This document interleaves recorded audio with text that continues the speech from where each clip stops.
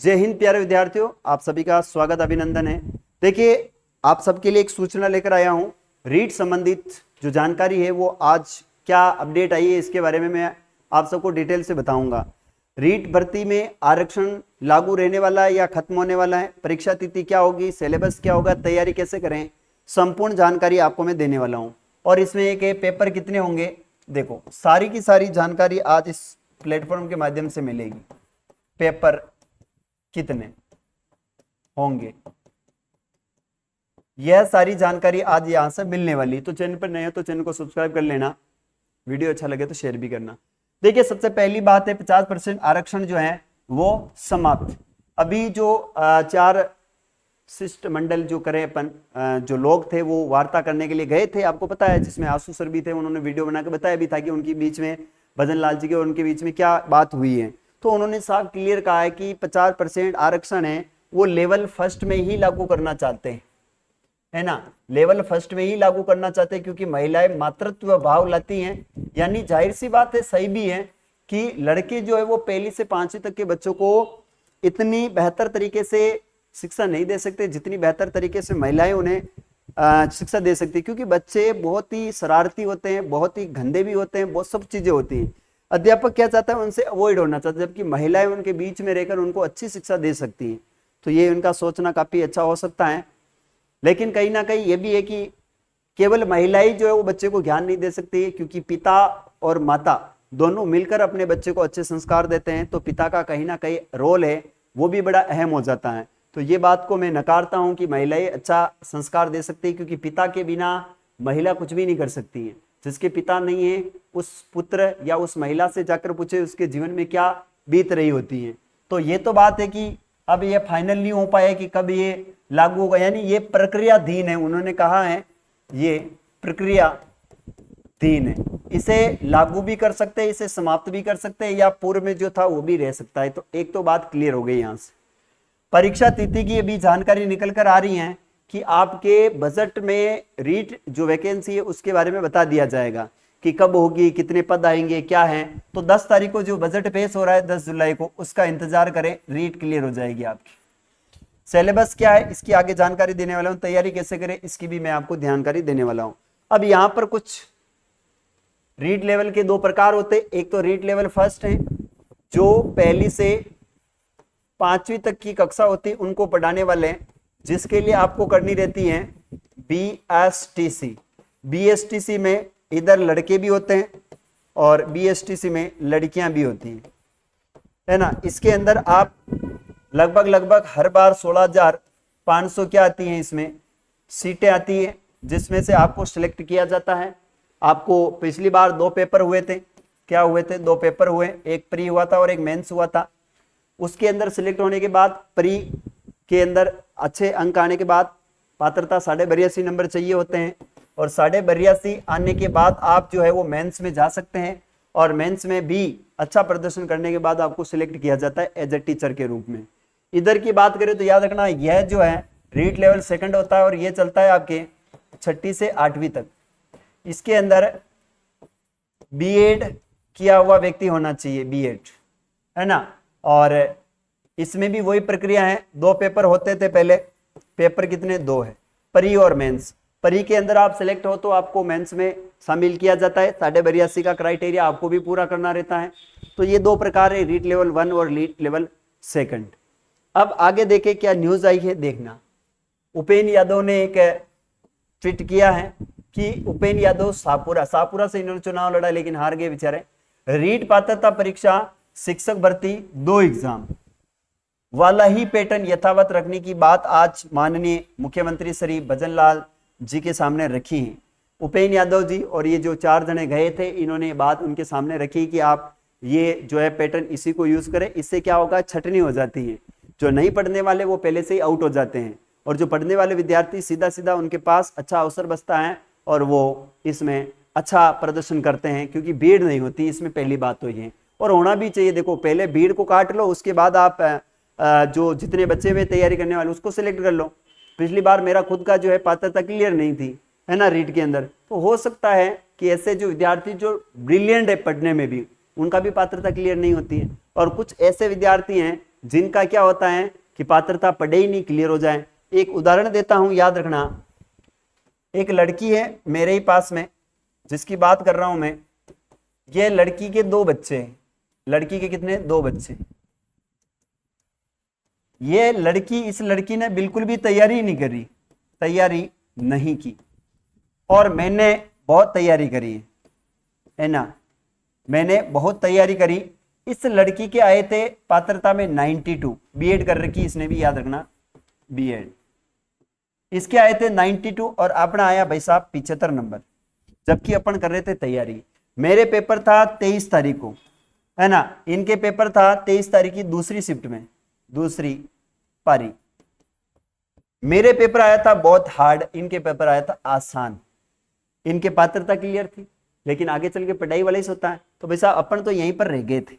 तो ऐसे पढ़ने वाले विद्यार्थी भी बहुत सारे थे जो कि पात्रता क्लियर नहीं होने के कारण, अगर यकीन करिएगा, मैं कह रहा हूं, अगर मेरी पात्रता क्लियर होती ना, तो इस बार मेरे को जीके में कोई माई का लाल नहीं, जीके में मुझे काट सकता है, कोई नहीं। मैं कह रहा हूं आसपास में मैं चित्तौड़ जिले की दावत देता हूं, यकीन मानिएगा जितना जीके मैंने पढ़ा है और जितना जीके में क्लियर आपको पढ़ाता हूं, संभवतः ऐसा कोई व्यक्ति नहीं होगा।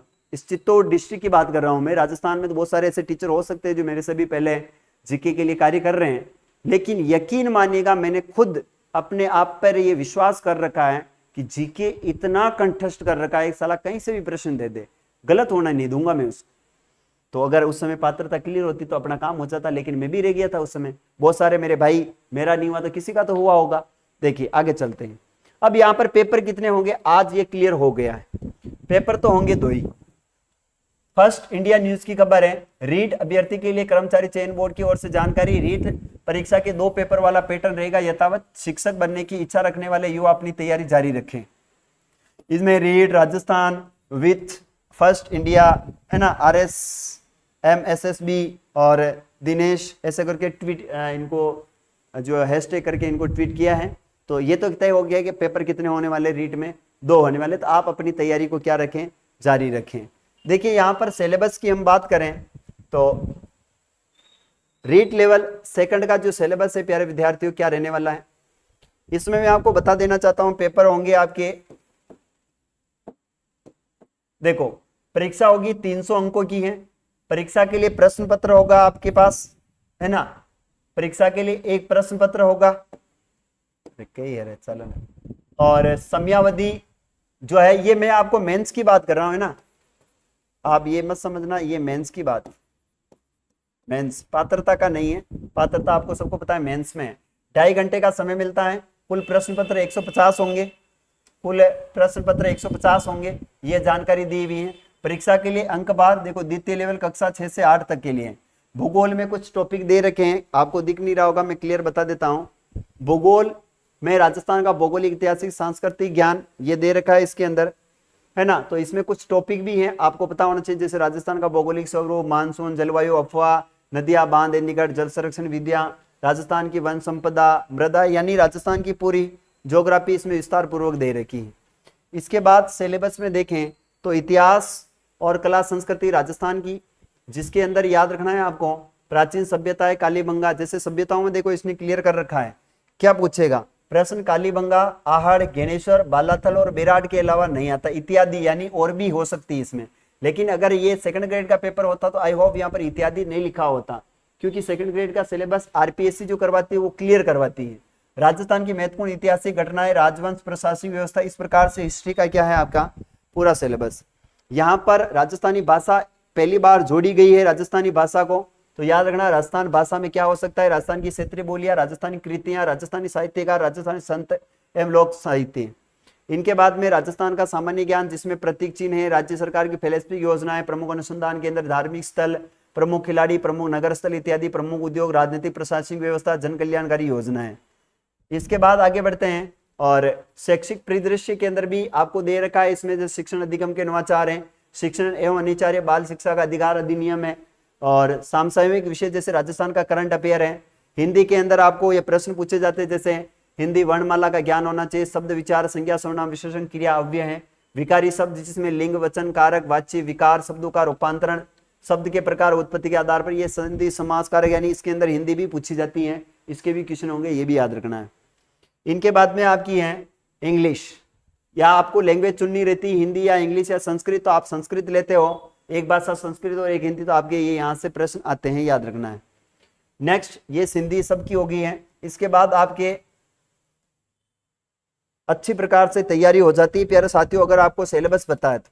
देखो अगर आपको सिलेबस पता है तो मैं ये जानता हूं कि आप सिलेबस को इसकी प्रिंट आउट निकाल कर आपके दीवार पर चिपका दे। कहां पर चिपका दे? दीवार के ऊपर।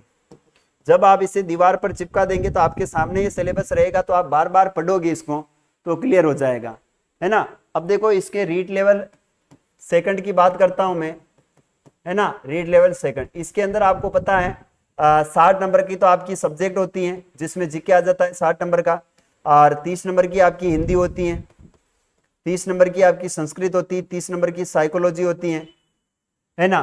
तो 60 प्लस 30 90, 90 प्लस 60 150 प्रश्न का जीके का आपका रीड का परी का जो पेपर आता है वो आपके सामने है।